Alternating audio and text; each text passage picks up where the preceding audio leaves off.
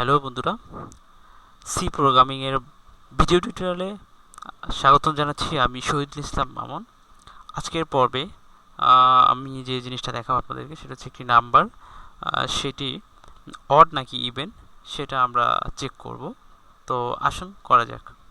তো আমরা প্রথমেই কোড ব্লকসটা ওপেন করে নিচ্ছি। সরি,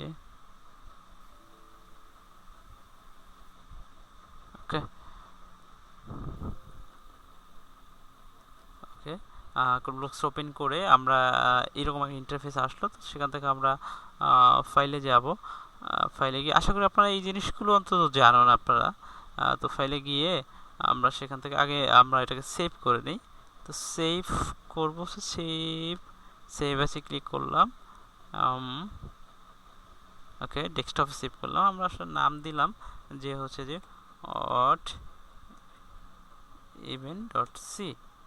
ওকে, অড ইভেন্ট ডট সি নামে আমরা প্রোগ্রামটা সেভ করলাম। এবার হচ্ছে আমি কিছু হেডার ফাইল আগে অ্যাড করে নিচ্ছি। হেডার ফাইল কি সেই বিষয়টা আসলে আমি এখন বলবো না। stdio ডট এইচ এবং একটা হচ্ছে sconio ডট এইচ। ওকে, তো হেডারগুলো অ্যাড করলাম। আসলে এগুলো কি সেটা সম্পর্কে বলবো না, আপনাদের জাস্ট এটুকু মনে রাখেন যে আসলে এগুলো আমাদের দিতে হবে। তবে একটুকু বলি হচ্ছে যে আমরা যখন আসলে আমাদের সি প্রোগ্রামে যে সমস্ত লাইব্রেরি ফাংশনগুলো ব্যবহার করি, তা প্রত্যেকটা লাইব্রেরি ফাংশন হচ্ছে ফাংশনের প্রোটোটাইপগুলি কোনো না কোনো হেডার ফাইলে দেওয়া থাকে। যেমন আমরা প্রিন্টে ফাংশনটা যখন ব্যবহার করি তার প্রোটোটাইপ হচ্ছে stdio ডট এইচ হেডার ফাইলে দেওয়া থাকে। আবার হচ্ছে যে আমাদের স্ক্রিন পরিষ্কার করার জন্য আমরা ক্লিয়ার স্ক্রিন একটা লাইব্রেরি ফাংশন ইউজ করে থাকি। তার প্রোটোটাইপটা হচ্ছে যে এই কোনিও ডট এইচ লেখা থাকে। ওকে, তো এরপর আমরা হচ্ছে যে মেইন ফাংশনটা ডিক্লেয়ার করে নিচ্ছি। সরি, ওকে, তো আমরা হচ্ছে যে এইখানে আমরা এই মেইন ফাংশনের মধ্যে আমরা আমাদের প্রোগ্রামটা করব। তো প্রথমেই আমরা একটা ইন্টিজার টাইপের ভ্যালু একটা ভ্যারিয়েবল ডিক্লেয়ার করে নিই। ওকে, এখানে ইন্টিজার টাইপের ভ্যারিয়েবল ডিক্লেয়ার করলাম মানে হচ্ছে আমরা যেহেতু একটা ভ্যালুকে চেক করব, একটা মান চেক করব সেটা অড না ইভেন। তো এই কাজটা করার জন্য আমাদেরকে ওই মানটাকে অবশ্যই আমাদের মেমোরিতে অর্থাৎ রাখতে হবে। অর্থাৎ আমরা যখনই কম্পিউটারে কোনো কাজ করি, যেই ডাটাগুলো নিয়ে কাজ করি সেই ডাটাগুলোকে আগে আমাদেরকে রাখতে হয় কম্পিউটারে। হ্যাঁ, তো যেমন আমরা এর জন্য র্যাম ইউজ করি। প্রথমে সে হচ্ছে সেই র্যামের মধ্যে রাখবে, এরপর থেকে সেখান থেকে প্রসেসর সেই ডাটাকে নিয়ে কাজ করবে। ঠিক তেমনি আমরা এখানে মেমোরিতে কিছু একটা জায়গায় অ্যালোকেট করে নিলাম এ দিয়ে। তো সেটাকে ইন্ট দেওয়ার মানে হচ্ছে যে সেই জায়গাটাতে আমরা শুধুমাত্র ইন্টিজার টাইপের নাম্বার রাখতে পারবো, সেই জন্য ইন্ট দিলাম। ওকে, এরপর হচ্ছে যে এ সমান দিলাম হচ্ছে 10। 10 একটা ইন্টিজার নাম্বার। ওকে, প্রবলেম হবে না। এরপর আমরা বাকি কাজটা করব। এখন আমরা ছোটোবেলায় আমরা করতাম যে আসলে জোড় এবং বিজোড় আসলে এটা কিভাবে করতাম। জোড় করতাম যেটা হচ্ছে যে সংখ্যাটাকে 2 দিয়ে ভাগ করলে ভাগশেষ 0 হতো, সেই নাম্বারগুলোকে আমরা জোড় বলতাম, জোড়। আর হচ্ছে যেগুলো হচ্ছে যে 2 দিয়ে ভাগ করার পরে ভাগশেষ থাকবে অর্থাৎ ভাগ দেওয়া যাবে না, সেইগুলিকে হচ্ছে বলা যায় যে বিজোড়। তো সেই থিমটা মাথায় রেখেই আমরা সেই থিমটাকে এখানে ইমপ্লিমেন্ট করব প্রোগ্রামে আমাদের। ওকে, তাহলে আমরা বলতে পারি if a to sorry a modulus 2 equal 0, অর্থাৎ যদি a কে 2 দ্বারা ভাগ করলে ভাগশেষ 0 হয়, যদি এটা হয় then print a percentage d is an even number. Okay, এখানে দিলাম হচ্ছে a। ওকে, যদি এটা না হয় else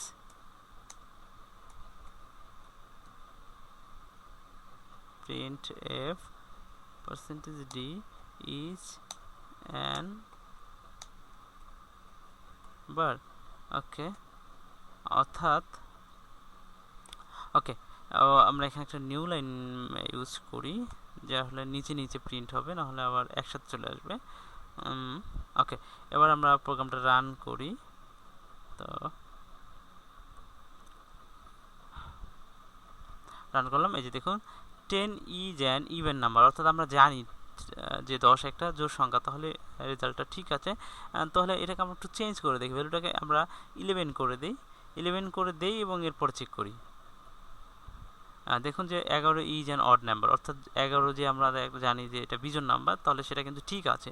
হ্যাঁ, তো এখন আমরা যদি চাই যে না, এই নাম্বারটা একজন ইউজার ইনপুট দিবে, তারপর আমাদেরকে দেখাবে, অর্থাৎ আমরা যেমন এখানে এটাকে দিচ্ছি, প্রোগ্রামের মধ্যে মানটা আমরা দিয়ে দিয়েছি, এর ভ্যালুটা প্রোগ্রামের মধ্যে আমরা দিয়ে দিয়েছি। না, আমরা যদি চাই যে না, একজন ইউজার সে নিজের মতো করে ইনপুট দিবে, তাহলে কি হবে? তাহলে আমরা জাস্ট এখানে প্রথমে ইউজারকে একটা মেসেজ দিতে হবে যে আপনি একটা নাম্বার দিন। সেটা করার জন্য আমরা কি করব, প্রিন্টএফ ফাংশনটা ইউজ করব, প্রিন্টএফ। ওকে, তাহলে আমরা দিলাম যে এন্টার এ নাম্বার প্লিজ। ওকে, এটুকু দিলাম, তো এটা একটা ইউজার পেলো। হ্যাঁ, এখন রান করে দেখা যাক। এই যে দেখুন, সরি, এখানে একটু প্রবলেম হয়ে গেছে। সেটা হলো এখানে আমি একটা /n ইউজ করে দিই, তাহলে হয়ে যাবে। Enter a number please, 1 minute, problem না, এখানে আমি বলছি স্ক্যানএফ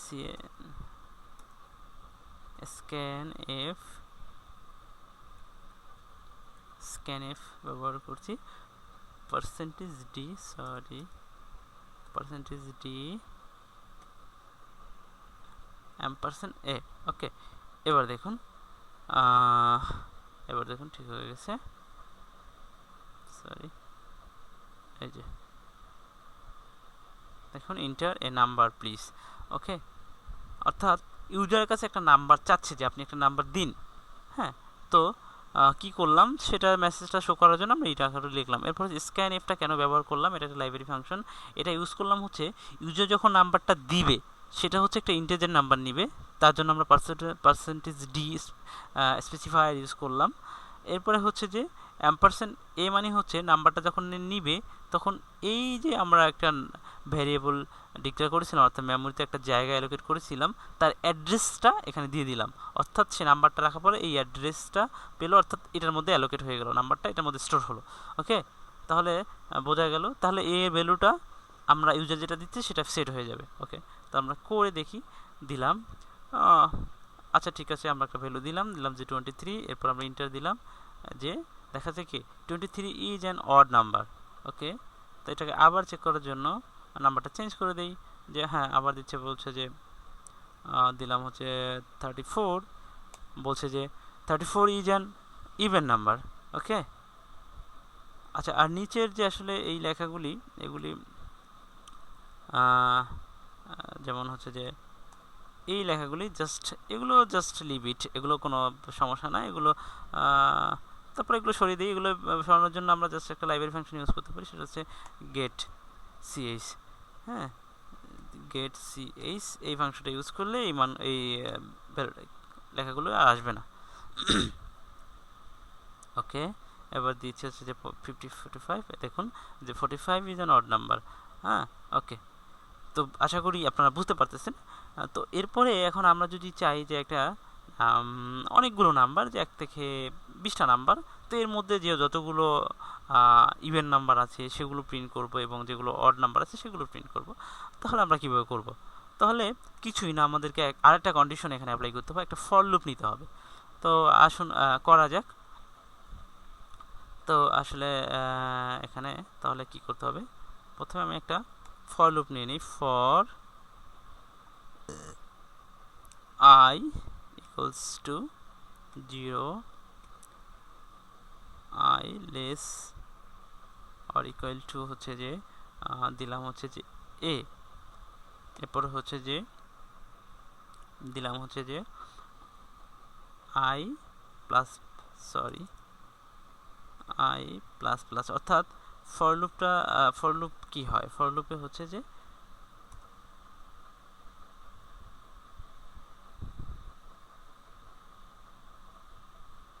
আমি কি বলে এইটুকু নিচে আমি আসলে এখানে আমার ব্র্যাকেটটা দিয়ে দিলাম, অর্থাৎ ফর লুপের ভিতরে এই পুরো লেখাটা দিলাম। ওকে, আচ্ছা আপনাদের বুঝতে সুবিধার ক্ষেত্রে আমি আবার লিখছি, একবারে শুরু থেকেই লিখছি, এগুলো সব কেটে দিলাম।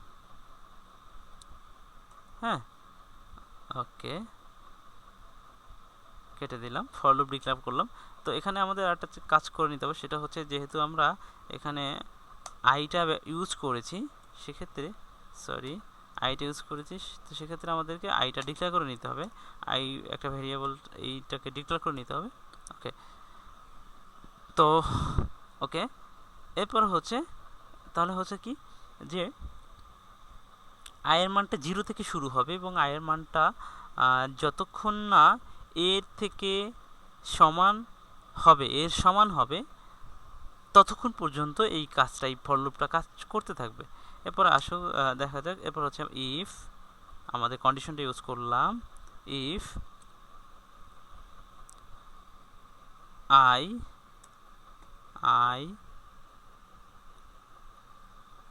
Two equals 0। ওকে, তাহলে হবে কি print F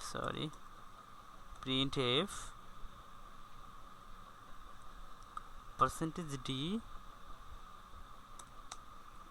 is an just আগের মতোই ইভেন নাম্বার। ওকে, স্ল্যাশ n, অর্থাৎ নিউ লাইনের জন্য একটা স্ল্যাশ n দিলাম। Else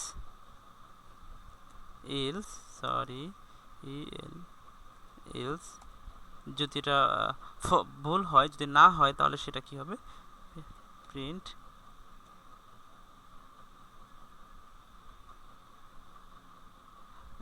okay % d is an odd।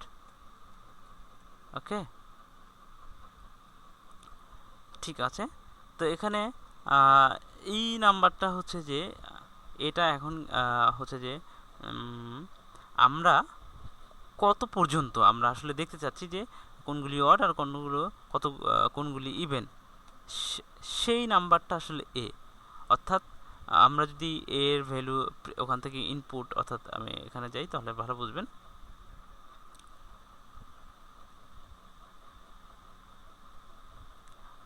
এখন যদি আমরা এখানে ভ্যালুটা 30 দেই, তাহলে হচ্ছে 30 পর্যন্ত যতগুলো অড নাম্বার ইভেন নাম্বার আছে সেগুলো আমাদেরকে দেখাবে। ওকে, এই যে দেখুন, একটু ভুল হয়েছে, সেগুলো হচ্ছে এখানে আমাদেরকে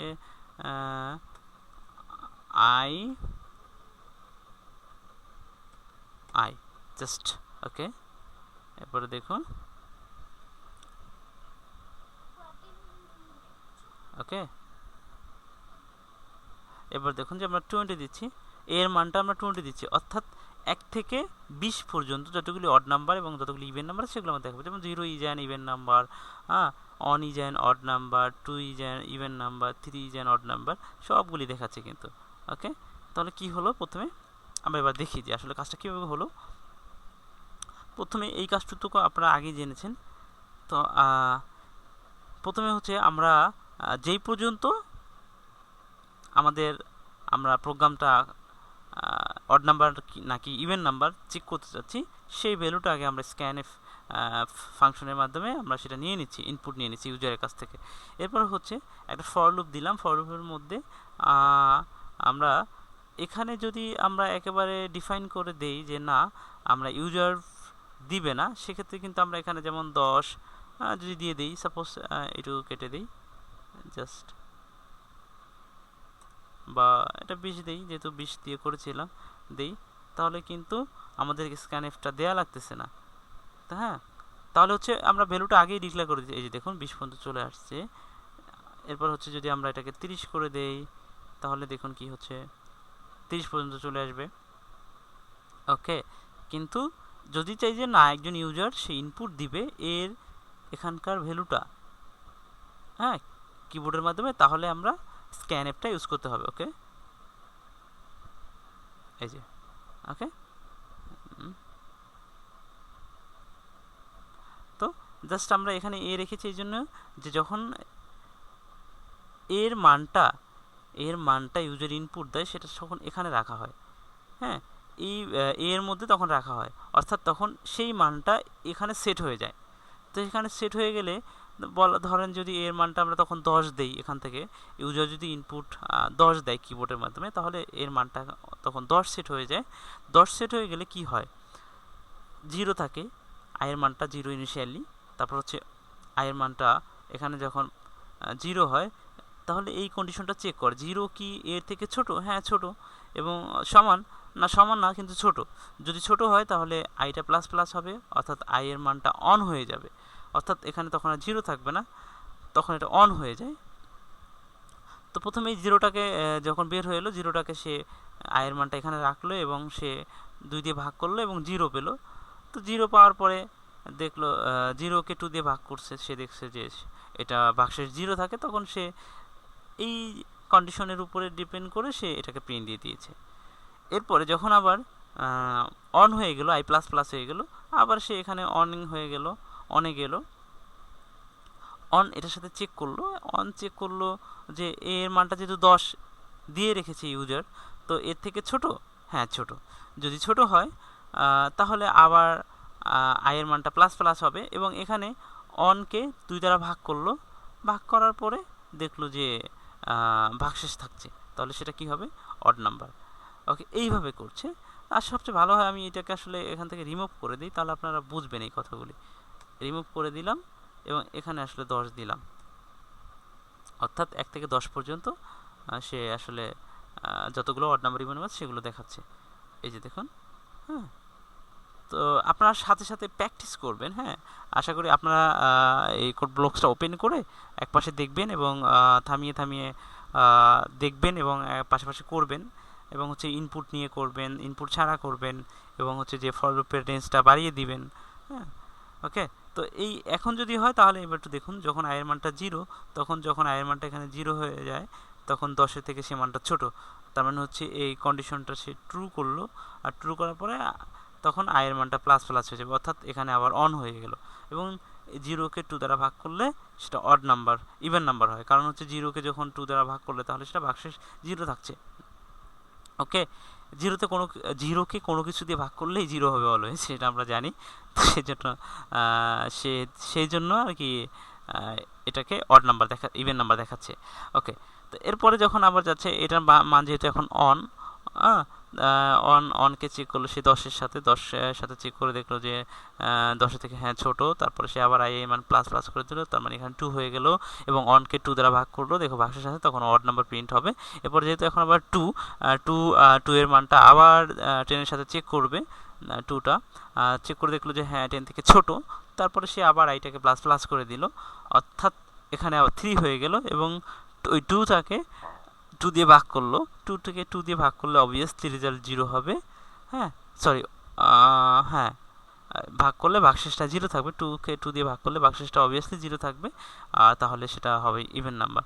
ওকে, তো এভাবেই আসলে ফর লুপটা কাজ করছে। তো আপনারা আশা করি বুঝতে পারছেন। তো আজ এ পর্যন্তই, ধন্যবাদ, দেখা হবে পরে কোনো টিউটোরিয়ালে।